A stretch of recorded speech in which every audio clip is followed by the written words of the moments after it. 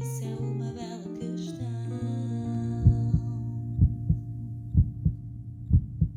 Olá, bem-vindos a mais um episódio do Podcast Bela Questão. O meu nome é Amália Carvalho. O Podcast Bela Questão fala sobre inteligência emocional, desenvolvimento pessoal e traz sempre uma bela questão. A de hoje é: qual é a anatomia do nojo? Este episódio faz parte de uma série sobre as principais emoções, as emoções universais, que são 5: medo, alegria, tristeza, raiva e faltava o nojo. Assim completamos este ciclo e ficamos a conhecer um pouco mais destas emoções que estão presentes, em primeiro lugar, todos os dias da nossa vida e, em segundo lugar, que influenciam a nossa tomada de decisão. Portanto, quanto mais conscientes estivermos sobre essas emoções, sobre o seu poder de influência sobre nós, somos influencers, melhor será a nossa tomada de decisão, a nossa jornada na vida. Fica por aí, porque mais do que biologia, a emoção do nojo traz aqui um fator muito próximo ligado à nossa moral e à nossa capacidade de julgamento. Quem diria, quem diria? Antes de começar a falar sobre a anatomia de nojo, tenho de partilhar contigo que a Escova da Mente está de volta, que estamos a aproximar de uma época particular do ano em que oferecemos coisas uns aos outros e a Escova da Mente pode ser uma forma muito interessante de tu surpreenderes alguém. Vamos agora na Black Friday ter 50% de desconto. Vai ser durante o dia 26 de novembro. Apenas durante esse dia, 50% de desconto. É realmente um preço muito único. Portanto, aproveita, compra várias para ofereceres, porque esta é uma ferramenta de autoconhecimento e de inteligência emocional que tem por base belas questões, por sua vez estão a grande base deste projeto e, acima de tudo, é uma ferramenta que te dá 5 minutos para ti, para tu saberes o que é que tu queres fazer com o teu bem-estar, para tu teres mais disciplina, para tu saberes para onde queres ir, porque queres ir. E escovar a mente diariamente devia ser um hábito como escovamos os dentes. Por isso, fica aqui a informação e de volta ao episódio. Começo com uma história que eu particularmente fiquei uau, adorei, que ouvi numa TEDx do David Pizarro, que conta a jornada de Giulia Tofana. No século XVII, Giulia Tofana tinha um negócio de um perfume. Ela dirigiu durante 50 anos e, assim, de repente, o negócio acabou por ser interrompido, dado que ela foi executada por ter morto mais de 600 homens. Na realidade, aquele perfume não tinha odor nem cor. E, embora como perfume não funcionasse muito bem, como veneno não havia melhor que o dinheiro pudesse comprar. E assim, muitas mulheres recorriam aos dotes da Giulia Tofana para envenenar os seus queridos esposos. E esta história inicia uma TEDx porquê? Porque David Pizarro, que investiga o nojo, é cientista e procura relacionar o nojo com a... Já vamos ver mais à frente.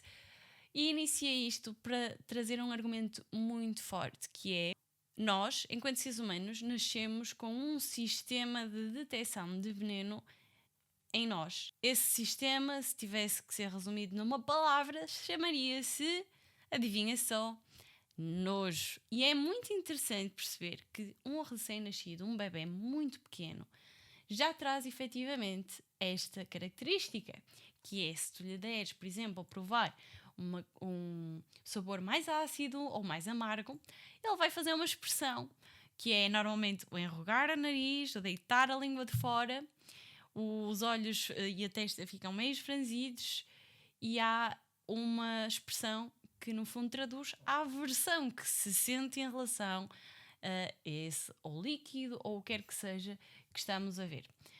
A emoção do nojo é muito interessante porque ela pode ser ativada não só pelos 5 sentidos ou por uma percepção física, pode ser ativada pelo olfato, pela audição, pelo paladar, mas também é ativada por ações e comportamentos, seja de animais ou pessoas, e é também ativada por ideologias.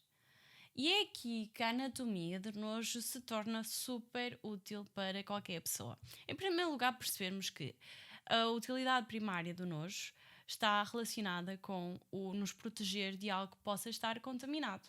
O nojo é uma emoção que nos permite afastar-nos de comida que possa estar estragada, de doenças infecciosas, e dessa forma é interessante perceber que os gatilhos do nojo, muitos deles, são universais.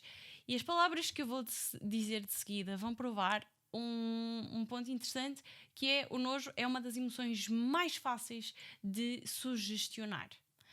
Se eu falar em... Para pessoas mais sensíveis, não são estes segundos, mas é para provar o ponto de que realmente o nojo é muito sugestionável. Se eu falar em fezes, urina, sangue, pus, imediatamente sentimos repulsa. E isto são gatilhos universais, regra geral, independentemente da cultura, qualquer ser humano tenta afastar-se deste tipo de coisas. E existe mesmo aquela aversão, a repulsa. No entanto, o nojo está também associado, por exemplo, a atos sexuais que sejam considerados promíscuos. A prostituição é também um gatilho do nojo. Porquê? Porque, em termos evolutivos, o sexo provoca o contágio de doenças sexualmente transmissíveis e, portanto, o nosso corpo já está, de certa forma, educado biologicamente para perceber que, se houver um rol infinito de relações sexuais com diferentes parceiros, o risco de doença aumenta, o risco de contaminação aumenta. E nesse sentido, nós sentimos nojo como uma forma de sobrevivência, de nos protegermos, de não sermos contaminados e de preservarmos a nossa saúde. Contudo, este David Pizarro, na sua investigação, foi muito mais longe e foi tentar entender de que forma é que o nojo influencia os nossos valores morais ou até as convicções políticas. E esta é uma parte que para mim foi uma surpresa, porque efetivamente nunca associei o nojo a convicções políticas ou até mesmo a crenças. Mas o que eles conseguiram descobrir, em primeiro lugar, é que o nojo tem diferentes intensidades. Significa que há pessoas que são muito mais suscetíveis que outras. Para isso, o que é que eles faziam? Como é que eles estudaram? Aplicavam, por exemplo, inquéritos em que as pessoas tinham que dizer se concordavam um pouco ou muito em relação a frases que sugestionavam cenários particularmente nojentos. Ele até deu um exemplo que era: imagina que o neto vivia na casa da avó e trouxe a sua companheira e teve relações sexuais na cama da avó. Quão de 0 a 10 a pessoa identificava que isto era uma situação nojenta ou não. E com estes despistes de questionários, eles conseguiram perceber a intensidade e os níveis de suscetibilidade ao nojo das pessoas. E mais à frente decidiram começar a fazer uma correlação entre isso e uma posição política. E eles conseguiram perceber que pessoas que tinham níveis de suscetibilidade ao nojo particularmente fortes ou intensos eram também, tendencialmente, pessoas mais conservadoras no que diz respeito à política. Ao ponto de, nos estudos que eles fizeram, conseguirem prever que estados norte-americanos iriam votar no partido mais conservador ou mais liberal, conforme a maioria da população fosse mais ou menos conservadora, tendo por base esta medição do nojo. E um aspecto que traz e que é importante debater é que o nojo funciona como associação. Isto significa que, se nós tivermos algo limpo e esse algo limpo tocar em algo sujo, ambos ficam sujos e não o inverso. Não há a possibilidade de algo limpo tocar em algo sujo e ambos ficarem limpos. O que muitas vezes aconteceu na história e que requer a nossa atenção e a nossa consciência é que esta associação não era só feita em objetos. Foi muitas vezes feita entre aquilo que era considerado coisas nojentas e grupos sociais, particularmente desfavorecidos. Isso aconteceu, por exemplo, com os judeus. Há ilustrações nazis que mostravam, por exemplo, frases que associavam coisas como mau cheiro, coisas pegajosas aos judeus e que incentivavam as pessoas a afastarem-se como se fossem repugnantes. Uma filósofa, que é também citada na série, na TEDx do David Pizarro, chama-se Martha Nussbaum. Ela diz o seguinte: historicamente, algumas propriedades nojentas como o mau cheiro, a loucura, o pegajoso e a decadência têm sido repetidamente associadas a judeus, mulheres, homossexuais, pobres, e todos são imaginados pela contaminação da sujidade dos seus corpos. Este aspecto mais negativo da emoção do nojo é particularmente interessante de nós estarmos atentos, porque temos que estar atentos aos discursos políticos, aos discursos de influência que por vezes podem querer fazer de forma muito indireta este tipo de associações. Aquilo que são os estudos no laboratório têm sempre algumas deficiências, porque é um estudo no laboratório, porque são temas muito complexos e não significa particularmente que seja verdade que uma pessoa liberal não sinta nojo ou que uma pessoa conservadora sinta nojo de tudo, mas isto é um indicador interessante para as perguntas que nós podemos fazer quando queremos conhecer alguém, alguma ideologia política e, acima de tudo, para estarmos atentos a jogos mentais que tentam associar propriedades ditas nojentas a grupos sociais e pessoas, por exemplo, homofóbicas, e existem muitos exemplos na internet que também são mostrados nesta TEDx, que eu recomendo a toda a gente, mostram essas associações de uma forma muito, muito clara. Para finalizar, em relação à anatomia do nojo, a anatomia do nojo é também um aspecto muito importante no que diz respeito à comunicação não verbal. O Alexandre Monteiro, no seu livro Torna-se um Decifrador de Pessoas, dá muitas indicações em relação às microexpressões e até à forma como as rugas dizem muito sobre uma pessoa, as rugas faciais. Se é uma pessoa tipicamente alegre, que tem os pés de galinha junto aos olhos, se é uma pessoa particularmente carrancuda, que tem normalmente linhas verticais entre as sobrancelhas. E ele refere também que quando existem muitas rugas no cimo do nariz, que normalmente são pessoas muito difíceis de agradar e que têm algum perfeccionismo e bastante vontade de corrigir as outras pessoas. É interessante também perceber na microexpressão do nojo quando uma pessoa gosta ou não gosta de algo. O nojo, no fundo, é a intensidade ou o expoente máximo do desagrado, de algo que nós temos alguma aversão. E, por exemplo, numa conversa com uma amiga, tu dizes: então, tu daste bem com a Tatiana?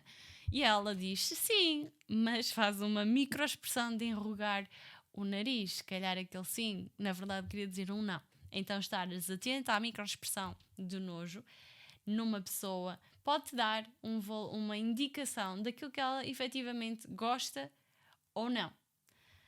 Espero que tenhas gostado de saber estes detalhes sobre a emoção do nojo. É uma emoção que serve sobretudo para nós termos conhecimento dela nesta interação com os outros e também, de certa forma, para nós percebermos quem são as pessoas mais conservadoras, menos conservadoras e, mais importante, seremos nós muito conservadores ou pouco conservadores? Já te pensaste nisso? Tu estás mais próximo de 0 a 10, numa escala de 0 a 10, no 10 no que toca ao conservadorismo ou no 0 no que toca ao liberalismo? Não é uma bela questão. Espero que tenhas gostado. Se achas que esta informação é útil e pode trazer benefícios a outras pessoas, partilha. Quero aproveitar para agradecer a todas as pessoas que tiveram a amabilidade de enviar mensagens a falar sobre os episódios. Há mensagens que eu recebo que são absolutamente incríveis, que demora imenso tempo a processar, de impacto real que o Bela Questão teve na vida e nas decisões de algumas pessoas. é um orgulho poder ler essas mensagens. Quero agradecer a todas as pessoas que apoiam o projeto, dizer que se gostas muito deste projeto e de alguma forma queres contribuir sem compromisso, podes ser patrono. A partir de €1 podes fazer uma contribuição para o projeto Bela Questão. Aproveito para dizer que nós agora temos uma newsletter que traz inspiração semanal. Para te inscrever basta ires ao site belaquestão.pt e no rodapé tens lá subscrever newsletter. Finalmente, não te esqueças, fica atento, no dia 26 de novembro a Black Friday vai estar associada ao Bela Questão, vai ser uma mega promoção e depois fica atento porque o Natal vem aí e já sabes, virão por aí também campanhas muito interessantes. Quero mais uma vez agradecer por estares aí desse lado e já sabes, quanto a nós, vemo-nos, ou melhor, ouvimos-nos no próximo episódio. Até breve! Sempre a divagar, onde é que eu vou parar? Isso é uma bela, isso é uma bela, isso é uma bela questão. Isso é uma bela questão.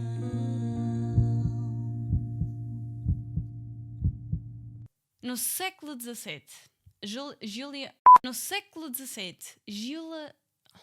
Nojo. Foram feitas